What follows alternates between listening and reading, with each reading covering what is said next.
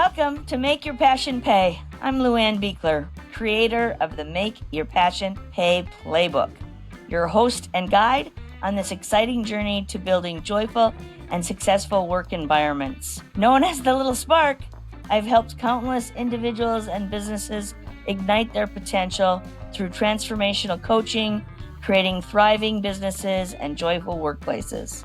I have experienced the challenges of leaving toxic workplaces and building something better. I bring firsthand wisdom to help you align your work with your values. With insights drawn from working alongside world-renowned leaders and a deep passion for community and connection, I'm here to show you how to lead with joy and purpose.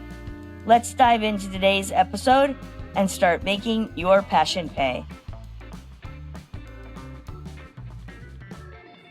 Hey, welcome everybody to another episode of Make Your Passion Pay podcast, where we talk about the 6 C's in the playbook to make your passions pay. As a reminder, those are clarity, connection, community, collaboration, creativity, and commitment. I think we're going to talk a little bit about commitment today, beginning with the end in mind. Super excited to have Scherrie Prince with us today. Scherrie is an attorney who helps entrepreneurs and business owners stop treating their business plan and their estate plan as 2 separate documents. She works at the intersection of ownership, governance, and succession to help founders build a moat around everything they work hard to create. Through her legal practice and her book, Build the Moat First. Yes, you're hearing me right. Build the Moat First. Scherrie shows small business owners how the structural decisions they make today determine whether they keep control, protect their assets, and build something that truly lasts. Yeah, talk about beginning with the end in mind, Scherrie. That is exactly what you're talking about. And I say that to business owners, but you will come at it from a much more legal perspective of how to protect your business, correct? Yeah, and I mean, even personally, I had like 3 things that were like pivotal in my life that really led me down this track. And, it's kind of like when you're hungry. You go to the refrigerator, it's like, maybe I need to go to the grocery store. You don't just get in the car and drive aimlessly. You have an idea for where you're going to go. You may have a short list, but you have a plan. So in life and in business, you should have a plan. And I just work with founders to reverse engineer that based on where they would like to be at a certain period of time in their business and in their life. Yeah, see, and the deal is that what I see is business as a business coach, business owners jump in, hang out their shingle, and go to work. A lot of times, right, they're talented in a skill or a service, and they are leaving a toxic work environment, and they're not thinking about the bigger picture. They're just thinking about getting out of what's not working and starting what they think is better. So where do they begin, Scherrie? Where do they begin to think about the end first? Well, okay, so very simply, let's say that I have a goal to retire at 55. What is it going to take for me to live on at 55? Am I going to be in that sandwich generation that I'm taking care of kids and parents? Have I made a decision that I want time freedom, that I want financial freedom, that I just want to travel? So, okay, 55, I need to make X amount of dollars per month to maintain a certain style of living. So okay, what does that take today? How far away am I? And we look at that. But one of the very basic things you have to do is, and I say start with your umbrella. Your umbrella is going to be your estate plan, whether that is a will-centered estate plan or a trust-centered estate plan. Because if you do not have a plan for your assets, in the case that you pass away, that you become incapacitated or disabled, the state has a plan for you. And the plan that the state has is probably not the plan that you want. Oh, I never thought of it that way, right? Someone else has a plan for you if you fail to plan. Who says that? Financial advisors. Right. But I mean, and think about this. You have people that, for whatever reason, may not be in contact with loved ones. who may be suffering from some sort of illness or disability, and they may be indigent. So the state has a plan to take care of people who may not be able to take care of themselves or who have passed away without a next of kin, because you have to. And usually, if you do have somebody, even if it's a lost cousin or aunt, that you may want to pass something to, it won't get there unless you make a plan for it. So, what I found in my practice is that I have business owners who, like you said, are gung ho. They have a great product or service and they're just diving headfirst into their business. Yeah. But depending on the type of business it is, especially in service based businesses, if you are the bottleneck in the business or you're the juice when you're doing well in the business and something happens to you, where's your business? Right. Absolutely. I have a client who had a work accident. And in that moment in time where he literally could not work, he was in the hospital. We had this conversation then, it might have been too late had something more tragic happened to him. But like, I'm like, what's going to happen to your wife and family if something happens to you in your business? They know nothing about your business. And I had a client, something very similar happened. He passed away, and his wife came to see me to settle his affairs. And so, during his lifetime, he was an HVAC guy, made lots of money, did very well for the family. She thought when he passed away that she had this very profitable business. He had not saved a dime. They were living job to job. She had no idea. There was no savings and there was no business. He was the sole proprietor. He would come to me from time to time for contracts and advice, but there was no asset to sell. It wasn't like he had a franchise or a business model and employees. He was the business. So these are some of the things that I try to work with founders on to make sure that if there is a legacy, we're leaving it the way we want it left, and there's something for the next generation. Yeah, super important. Oh my goodness. And I really see that. I'm just thinking of the people in my network right now who are business owners, and I'm fairly confident they're not thinking that far ahead. And yet you never know when your day comes, right? You got to be prepared. I think it's possibly a more poignant uh point to make with them is to think about their families and what are they leaving for their family if something happens to them. Exactly. And I talked about those three pivotal points in my life, and one was the passing of my mother and my grandparents, her parents. They had a 150-acre farm and they had five children. So she died, my mother died before her parents. So my brother and I inherited her portion of their estate. Hmm. Well, not without a huge probate battle, because guess what? They didn't have a will or a trust. Oh, wow. And the state had a plan. Now, my aunt and uncle did not agree with the plan, so we were in court fussing and fighting over something that should have been very simple. Very simple. But Mhm. even without that, part of looking at your estate plan in conjunction with your business plan, think about multiple marriages, bonus children, multiple divorces, bankruptcies, mergers. There are so many different types of exits. An exit is not just selling your business. It could be a reorganization where for a period of time you're going to be there for continuity, but you're being bought out. You can Right. lose your interest, yeah, due to a divorce. So there are so many ways that your personal life and your estate plan affect your business even while you're alive. So again, where do you start? Like most people I know, again, they have this idea, and the first thing they do is go register with the state and get an LLC. No, okay, so let's back up. So one, we talked about considering whether or not you have a will centered estate plan or a trust centered estate plan. Okay, Okay. whether you do or you don't, you need to make a decision.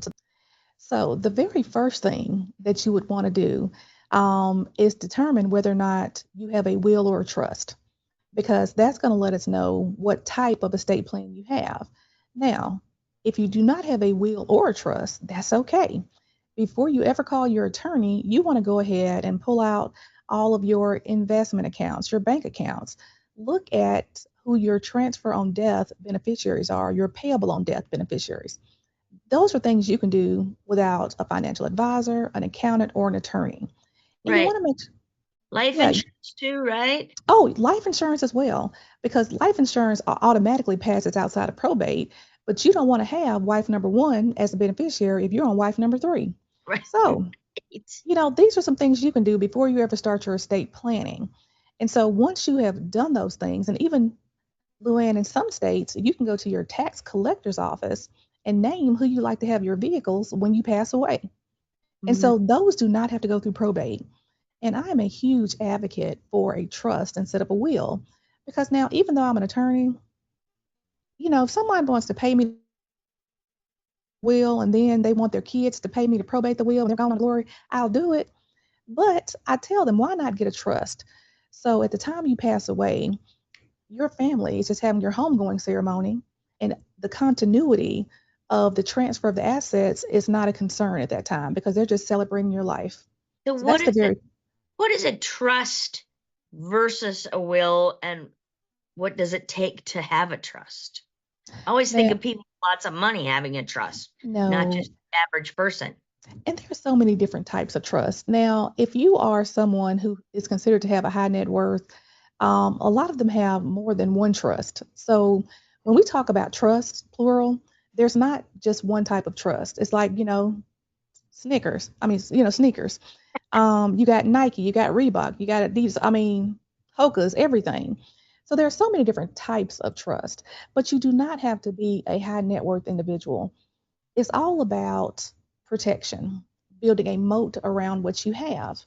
And so with the trust, the main goal for the trust for most people is asset protection and avoiding probate because probate can get very expensive.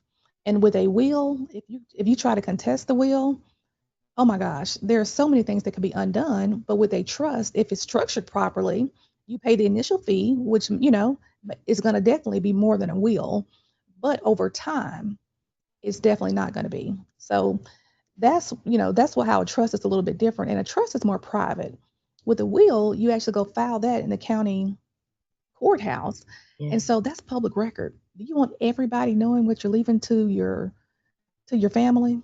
Probably not. Interesting. So what's the comparative like cost investment? So, depending on how detailed it is, a will can be, and where you live at as well. A will could be less than $1,000, maybe 1,500, just depends. And a trust may be several thousand. Yeah. Yeah, Still a minor difference by comparison to the value when the day comes, right? definitely. Everything is spelled out and no need for probate. Yes, I had a family member who he and his brother owned the business, and his brother suddenly passed away, and they didn't have any of this in place, and it was a nightmare. Look, when I tell you, people think it's almost like the insurance conversation. If I talk about it, I'm going to die. No, have the conversation. It's not a sexy conversation, and it's also a conversation that I think people think they can get back to. Like, I have plenty of time to discuss this. It's not relevant right now. Yes, but I can tell you that's you just never know, Yeah, right? You just never know. So it will be a new conversation for me and my clients for sure to, because I cast a 10-year vision for them with them of where they want to be 10 years from now. And this needs to be a piece of the puzzle for sure. it definitely does. You mentioned your client who was hospitalized. Yeah. Well, my mom passed away at 36, and she had already been in the nursing home for 3 years prior to that because she couldn't care for herself. So at 36 years old, who thinks they need long term care insurance or any kind of coverage for assisted living? Those are things you don't think about because you always think you have more time. Now, she was not an entrepreneur, but think about how much more compounded that is for the family of an entrepreneur who does not have maybe a 401k or a benefit plan or a job with paid time off. Right. These types of conversations are that much more important to an entrepreneur. Absolutely. You talk about a framework of 4 outcomes that every founder should build. And there's some C words in here too, like my 6 C's: control, continuity, protection, and legacy. Talk more about each of those. Founders think because they're the person that started the company that they control the company.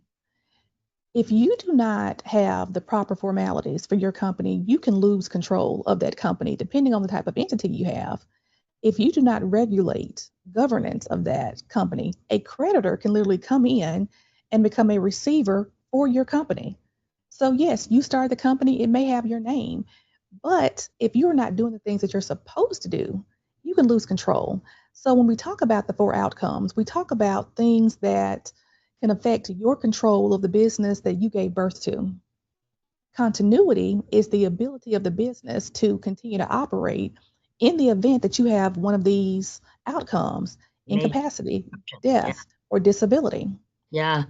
Protection: can one claim or one bad event kill your entire business? What are you doing to start building this moat around your company?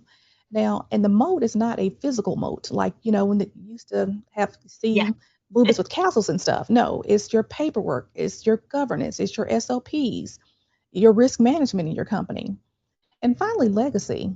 What happens to your company when you are no longer there? And the legacy doesn't necessarily have to be with your family.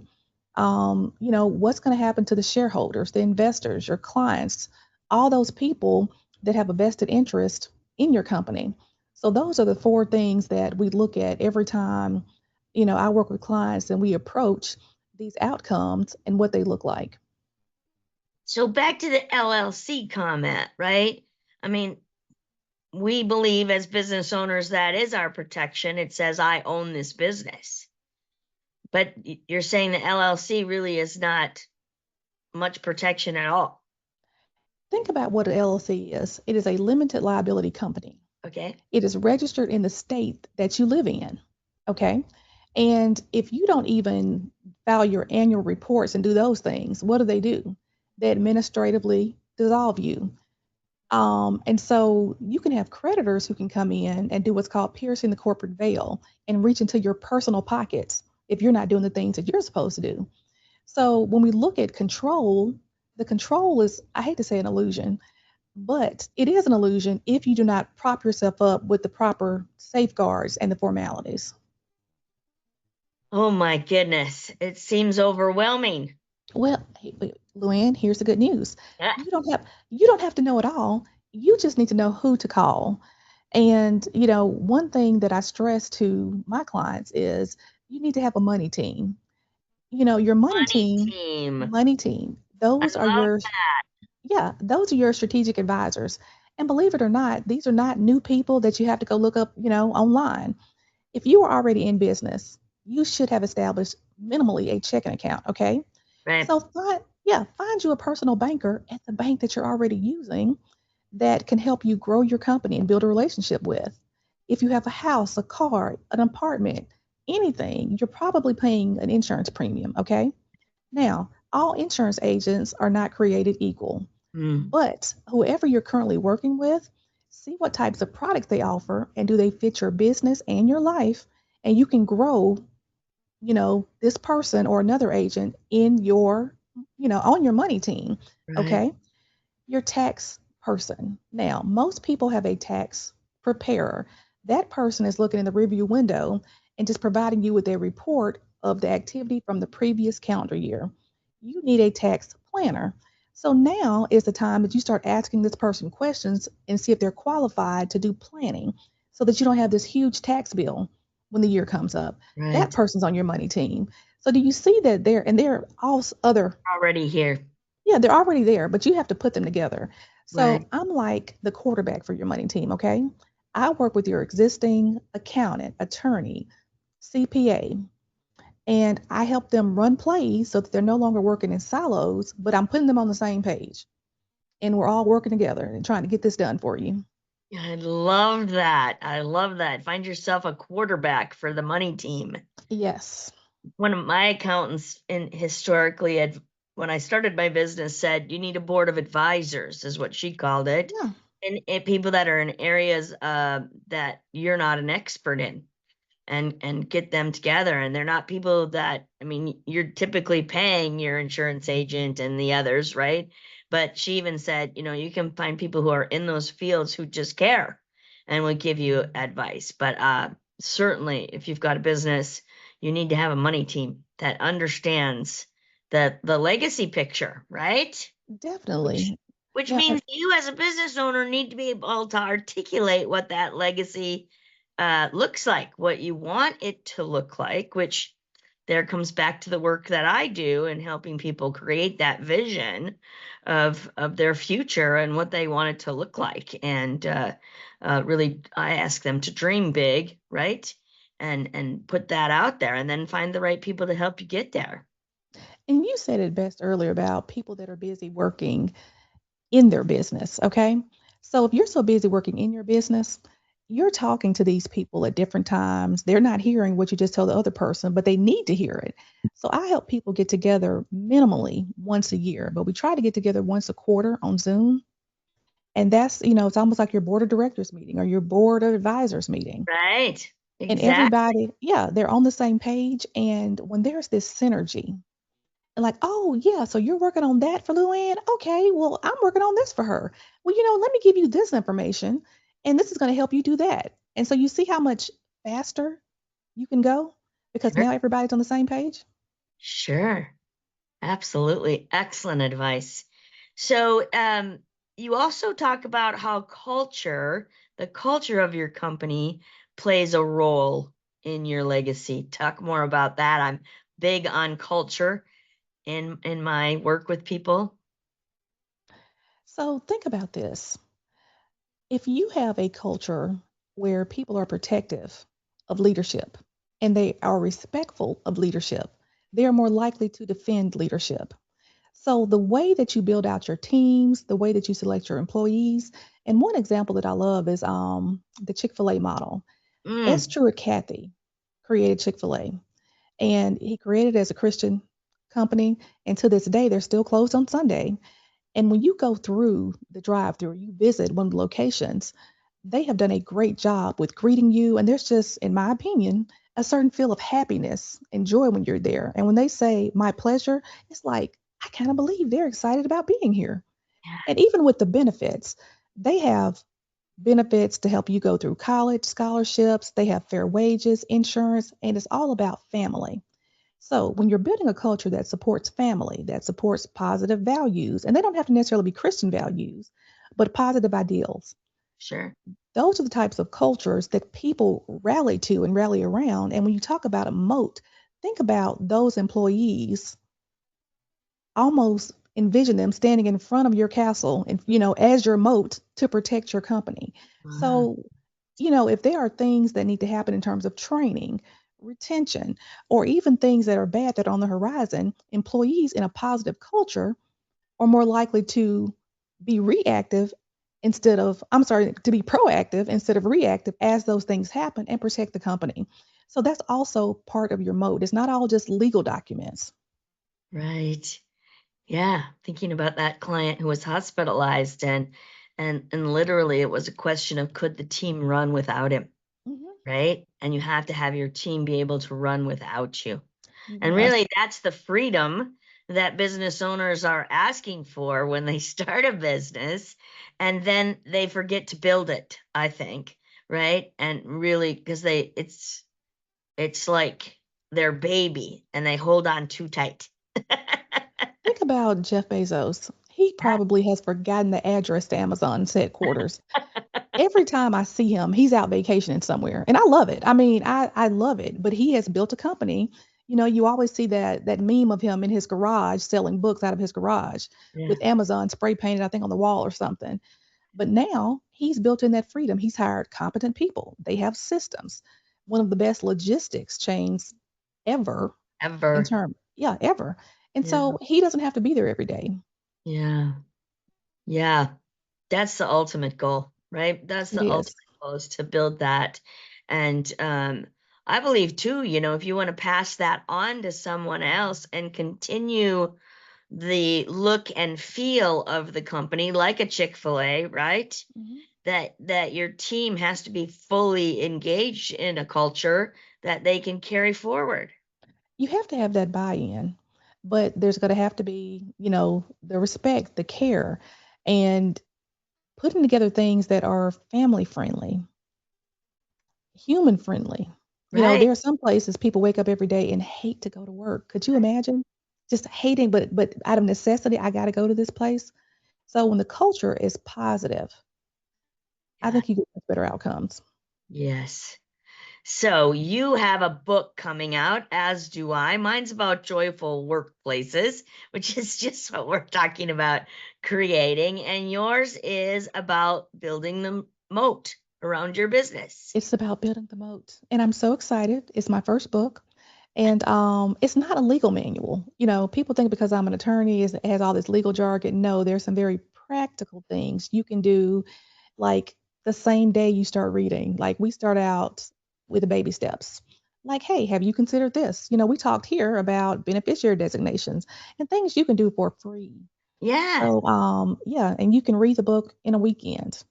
Free And and immediately. So there's practical actions you can take yes, just from reading the book. It yes, doesn't and that's the cost you goal. anything.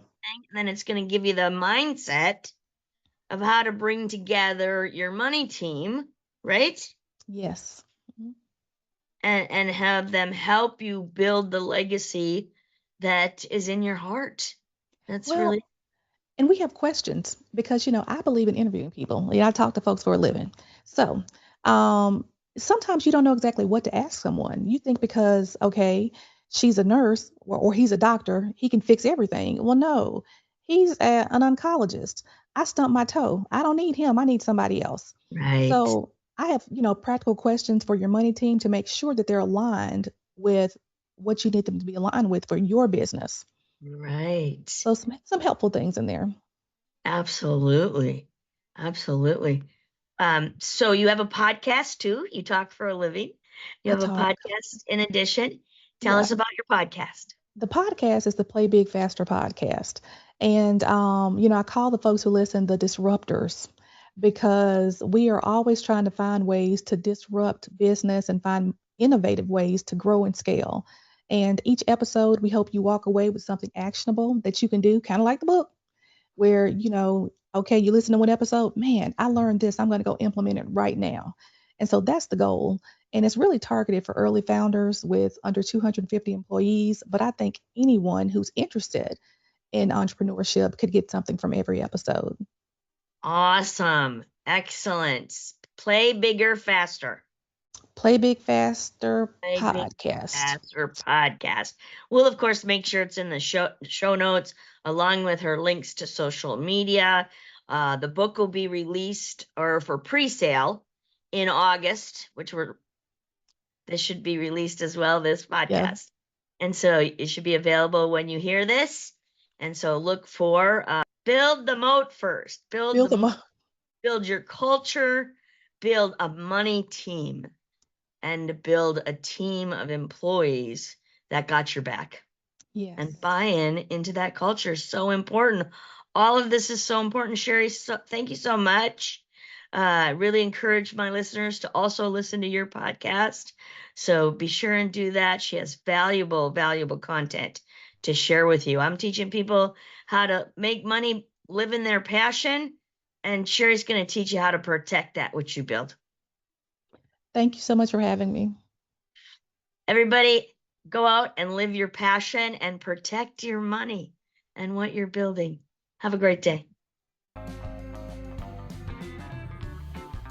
Hey, everybody, thank you for tuning in to Make Your Passion Pay.